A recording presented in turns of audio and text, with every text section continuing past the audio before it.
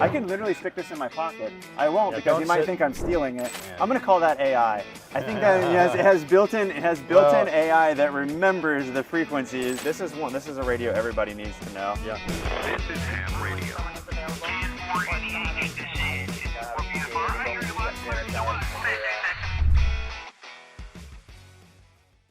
Hey, this is James, November Zero Whiskey Radio Lima. I'm in Orlando Hamcation, and I'm here with Eric Swartz, WA6HHQ. I'm the president of Elecraft.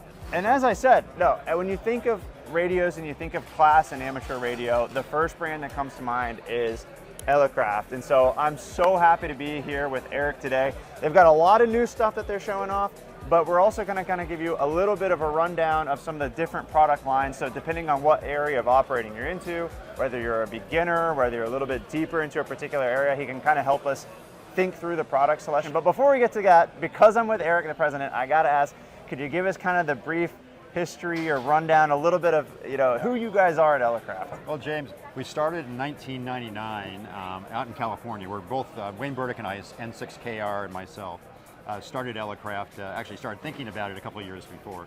But we started Elecraft actually with a radio you could build yourself from the ground up called the K2. We actually will show it to you over there. I still sell it. So you started with the K2? Started with the K2, yeah. And the K2 was a HF transceiver, initially 10 watts, and then we did a 100-watt amplifier for it and so on, sideband CW. That you can solder all the parts in yourself through hole. We can still get those parts, and so people can still do that. But then as we built the company, we built more and more higher featured, higher performance radios. The K2, by the way, was a well-performing radio in terms of sensitivity, ability to not get overloaded by strong signals.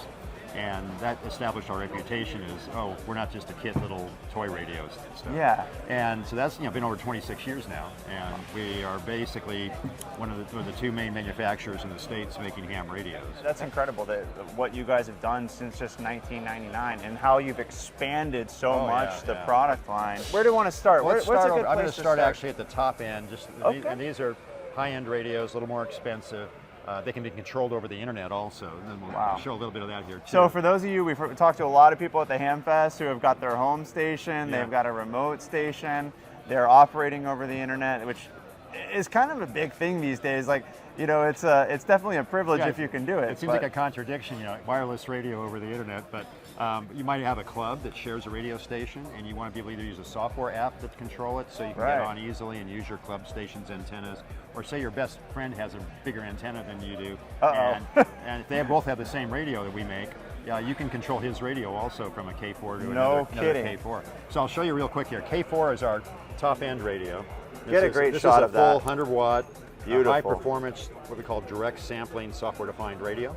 Direct sampling software defined radio. So that has a very fast analog to digital converter that can capture RF all the way at the same time from 1.8 megahertz up to 6 meters, 54 megahertz. Wow. Then we filter it down, to what we want to receive and do all the filtering, demodulation, everything, and digital signal processing.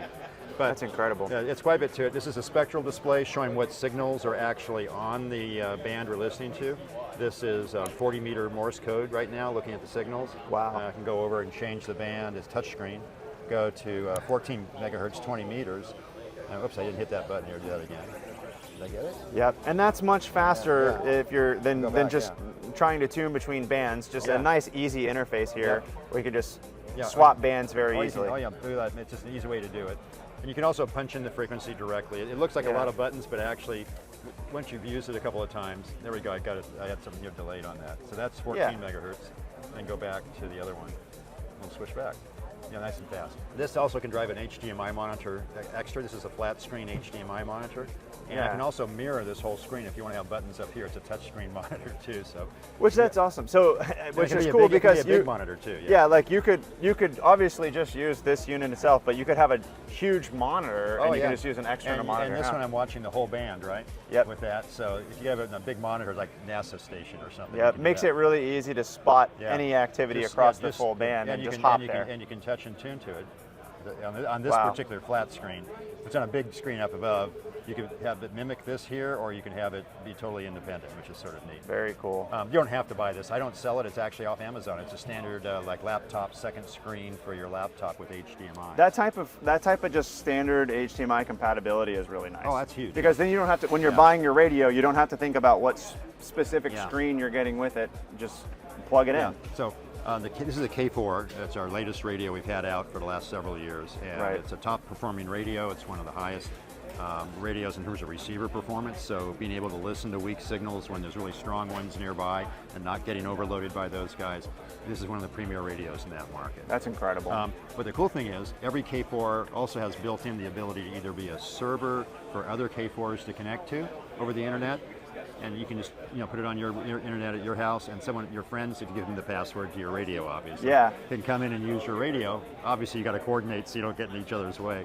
And so, and actually have a couple of guys you can both be watching it at once. So that's so great for people that have maybe groups or clubs that they want to operate with, or if you have a friend that has a K4, you want to operate from their stations, share some station time. Oh yeah, sounds like a perfect radio for that. Plus, you can also control it from software apps on Apple or Windows machines. I'll just quickly show those to you. And I've also got a complete remote control head. It's the same front panel as this. It's only about that deep.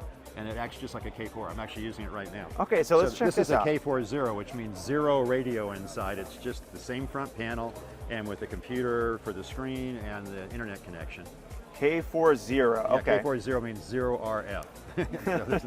It has a Wi-Fi, actually I should qualify, it does have a Wi-Fi connection. Okay, so but it's just your front panel here. This is only connections to this is I have a USB-C cable to my iPhone charger. Right. 30-watt charger will run this radio. And actually even has an internal battery option, so you can go couch portable.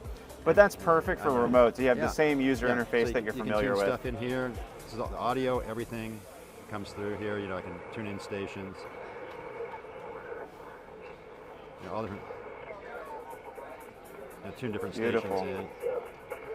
And this is actually, by the way, this is my radio station in California. We're in Orlando, Florida right now. Yeah. This is what part of California? Monterey Bay, just south of San Francisco and Santa Cruz. Yep. I live about a mile off the ocean there, and I'm on a 4-element step-IR Yagi up on the side of a 300-foot hill about a mile off the ocean. Oh, amazing. And so that's my station. Maybe we'll have to get a picture of that and stick it in the video here. Yeah, it's 9 in the morning in California, so the 40 meters just opened up a couple hours ago. Perfect. And, 10 meters, excuse me.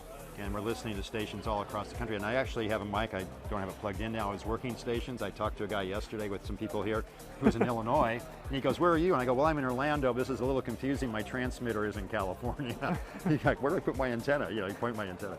But anyway, so this is obviously a little more expensive than a software app, but you get 100% the feel of the radio. Right. And so we have a lot of people interested in that who are in control situations that can't put up antennas, in an HOA, that kind of. You want to operate remotely, but you want to have a real radio So some feel. people have they have snowbirds that come down to Florida. They want to operate their home station with the big antennas. They want something like this to have the same experience.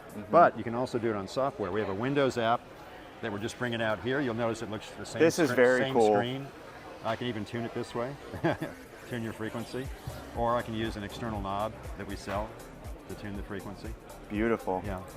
I can go over here and do VFO-A, VFO-B, or whatever I want. Wow, that's smooth. Yeah. And this one here, if Apple's not trying to do a Windows Apple update on me here, but this is a Mac OS, and also we have iPad OS.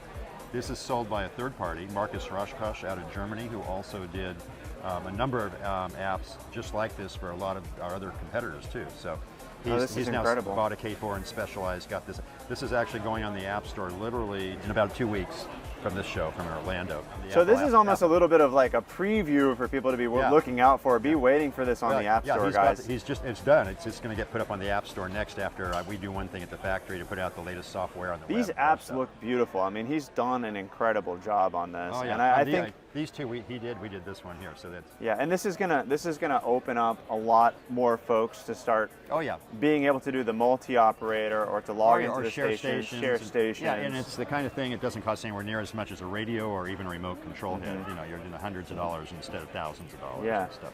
All right, let's take a look at some of the other. Okay, just briefly, here. I'm walking down here.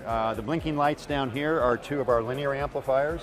This is a 1,500 watt. That's the max, of course, allowable for amateur radio. Wow. This So covers, maximum allow 1.5 kilowatt linear amplifier here. Yeah. And they're in demo mode. They are not actually. They're not actually putting out 1,500 watts right they're now. just making. It's called the blinky light display. You know how hams are attracted to blinking lights. Of course, yes. Just like moths, we come by and check it out. But anyway, this is our 1,500 watt amplifier, separate power supply underneath. You can put that under the table or off somewhere else a little bit out of the way. That's our 500 watt amplifier all in one, and also this includes, that has an auto tuner on top of it that handles up through up to a kilowatt. Wow. And then the 1,500 watt one we were just looking at has a built-in auto tuner. So that one, it can auto tune a 1,500 watt. What are the keys, Eric? Here, kind of talking to someone who's more of a beginner into the hobby. What are the keys to a good amplifier? Oh gosh, just you want something that is, worry-free to use with the radio. Right. These are automatic. They'll follow your radio and automatically change frequency with you. They have a frequency counter inside for other manufacturers' radios that maybe don't have an interface cable. Right. So a lot of them interface directly to us over a communications cable, or in some cases over the internet.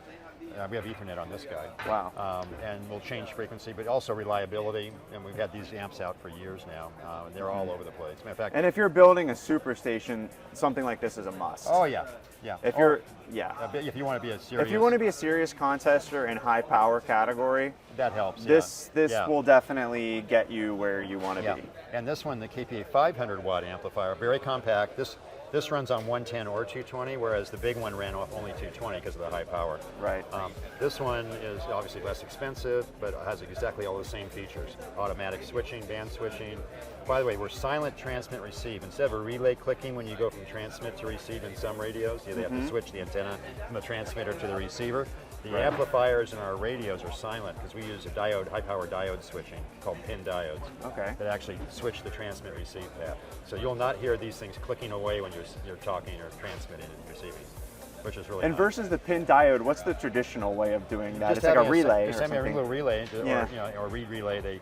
They basically click a little, just a little bit. It's Yeah, acoustic. I've heard They it. switch the I've heard antenna it. to your transmitter when you hit the microphone button. Yeah. And switch back to the receiver when you do that. That's a very cool design touch with the pin diodes. Oh yeah, and we've been doing that on all our radios since the very first one, and the amplifiers. Wow. Yeah. So it's not new, guys. It's just better, right? So, real quick, I mentioned that first radio, the K2. We still sell this. This actually shows you what's inside. Now this is a kit. You solder all the parts on it. It does not come with a plexiglass cover, by the way. This is something a friend made for us to show it off. So this, Wayne Burke and I designed back in 1998 and sold the first ones January of 1999, and it just took off. Okay, even me I still sell this. I have to say, even me as an electrical engineer, at least by trade, worked with a limited amount of engineering.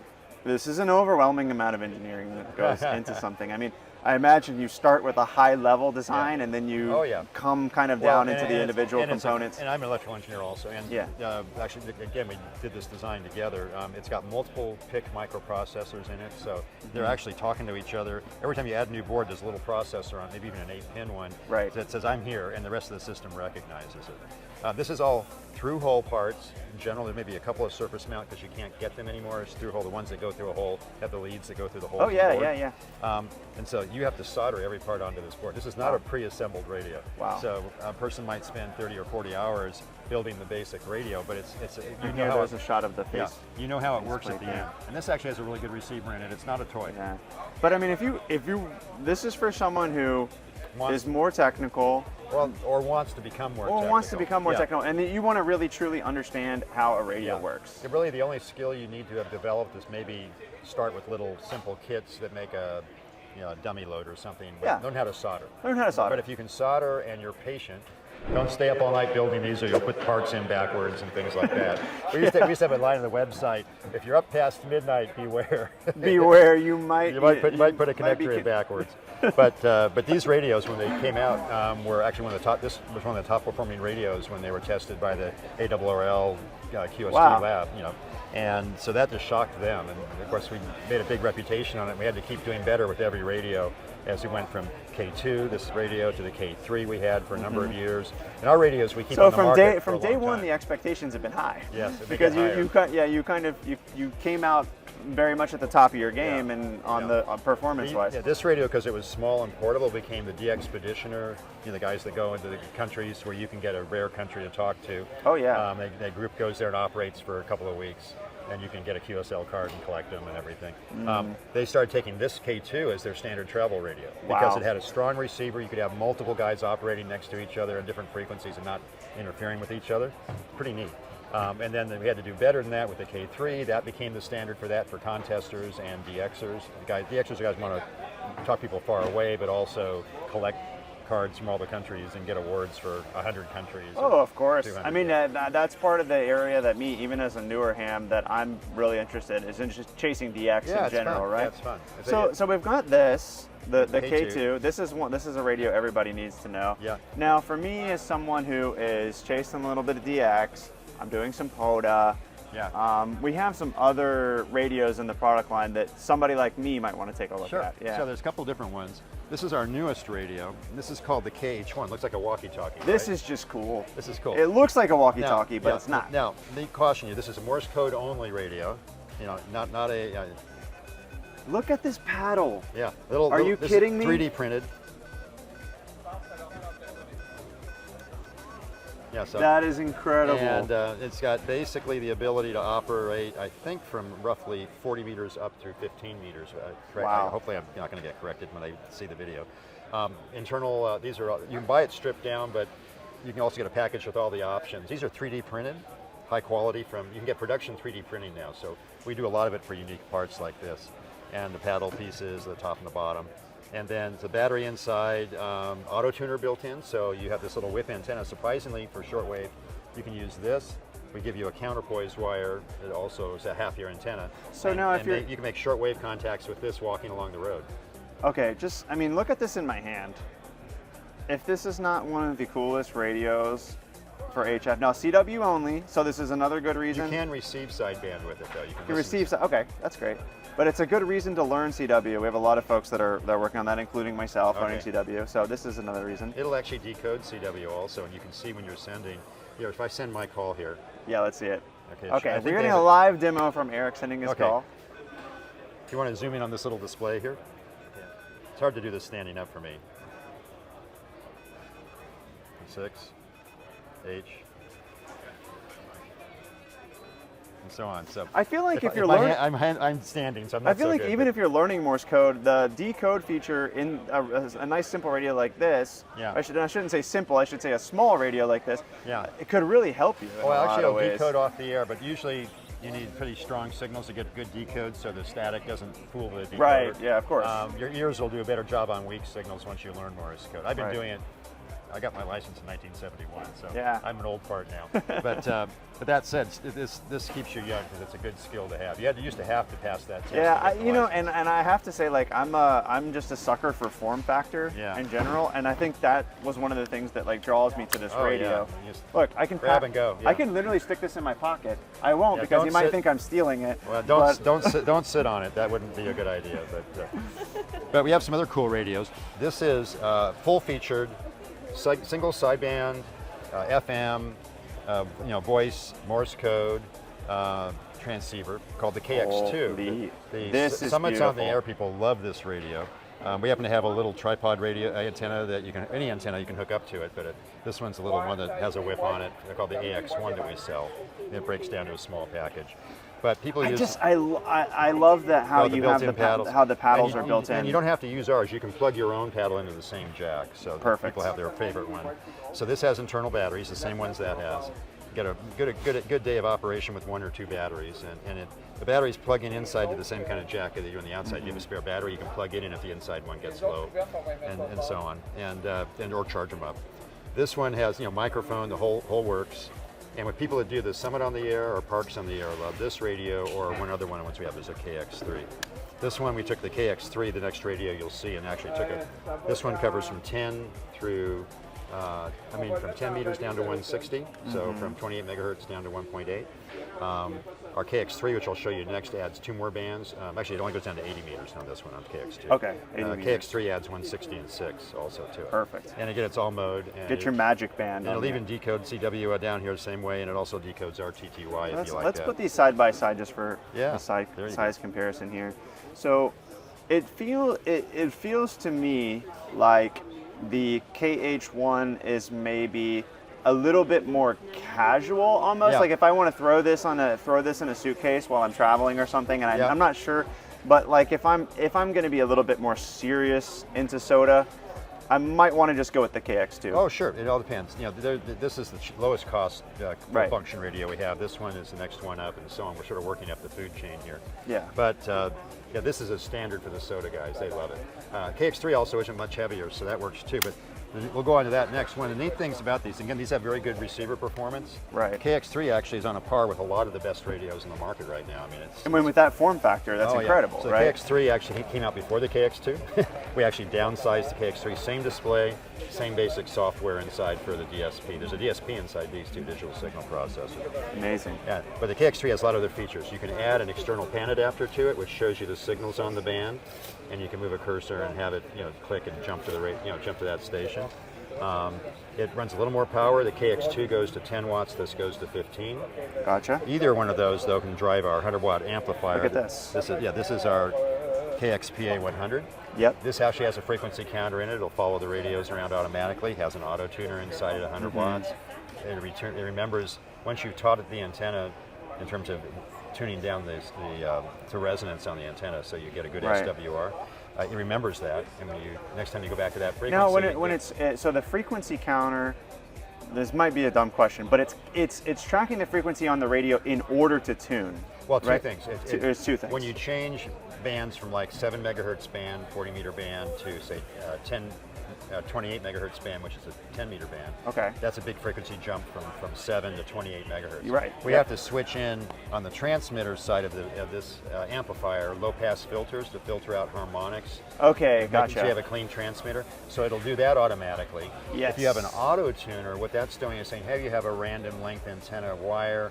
You want to have it so the transmitter is happy with what we call low SWR. A good match. Yep. And you can hit a button with the radio transmit, and then you'll hear some relays go chatter, chatter, chatter, chatter, and then it comes up with a solution that matches it so the radio's happy. The transmit into that, when you go back to that frequency, it'll read the frequency and go click. And go back to that setting. I think these are things that maybe a lot of people aren't considering when they're buying an amplifier, because a lot of people might just go out and they say, okay, this is a 100-watt amplifier. 100-watt amplifier is a 100-watt amplifier, but it's not. No, they're all different. If you're so the first thing that you said is it's counting the frequency, which allows you to sort of adjust the filtering and make a cleaner signal when you're amplifying that. Right. But then the tuner matching your SWR, you're actually making contacts. A good example, if you have say you're operating on 80 meters and you have a dipole up. Right. Well, a dipole on 80 meters is somewhat narrow band. You can usually make it resonate up at the single sideband part in the top of the band, or down in the Morse code section at the bottom, or the FT8 area where you're doing digital. Yep. And so you say, hey, but I really want to be able to do both. Well, what you can do is you pick one of them as your sort of natural good match to the radio 50 ohm resonant point. Right. And you don't have to use an auto tuner for that frequency down there. But if you want to go to the other end of the band, tune your radio up there, and not have the radio complain because it's getting a high standing weight ratio, we call it. The antenna's not resonant up there. So what you do is you teach it by going every, say, 20 or 30 or 50 kilohertz, doing an auto tune. We have memories that we memorize based on the frequency you tuned it up on. You hit button, go auto tune, goes saves the solution. When you come back to those frequencies, it just goes click. As you're tuning the radio, and I'm going to call that AI. I think that it has built-in AI that remembers the frequencies. Well, it doesn't. It doesn't have any intelligence about it beyond just recalling automatically what they were. But that's a lot more intelligence than a lot of amplifiers. So we'll. I don't know if I can claim AI yet, but it is. And all of our auto tuners work that way, by the way. The ones that are inside the radios, because the basic radio has those as an option inside. So that's incredible. So you guys really thought of everything. If you're doing a soda, you don't necessarily have time to set up a fancy antenna. Right. You may be using a whip antenna like that little KH1. And the little KH1 has a little tuner inside. Or NFEDs. Or NFEDs, or any of those, Because that's the deal. So that gives you an idea. This actually, a lot of people surprisingly buy the KX3, sometimes with the pan adapter, the spectral display.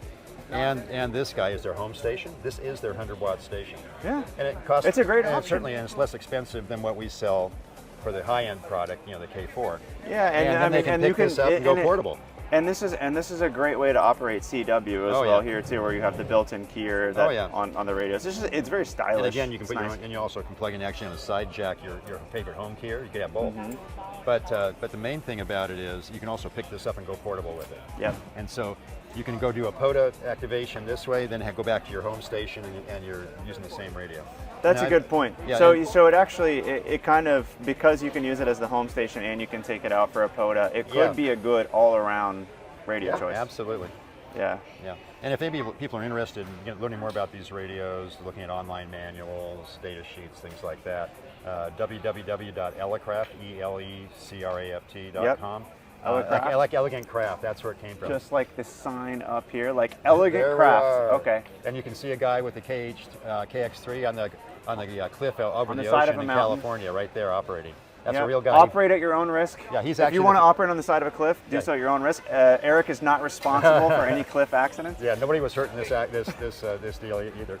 He actually is the photographer. Here, let's switch side where we got this in the take a background pic. This guy behind us on the backdrop is a professional photographer that actually had a drone and took this shot because we were saying, gee, we need to get somebody on a cliff doing this, or a bluff, going out over the ocean. Wow. And he came back with this, and I go, oh man, this is great. So we This is beautiful. Use it for our backdrops at the show. That's amazing.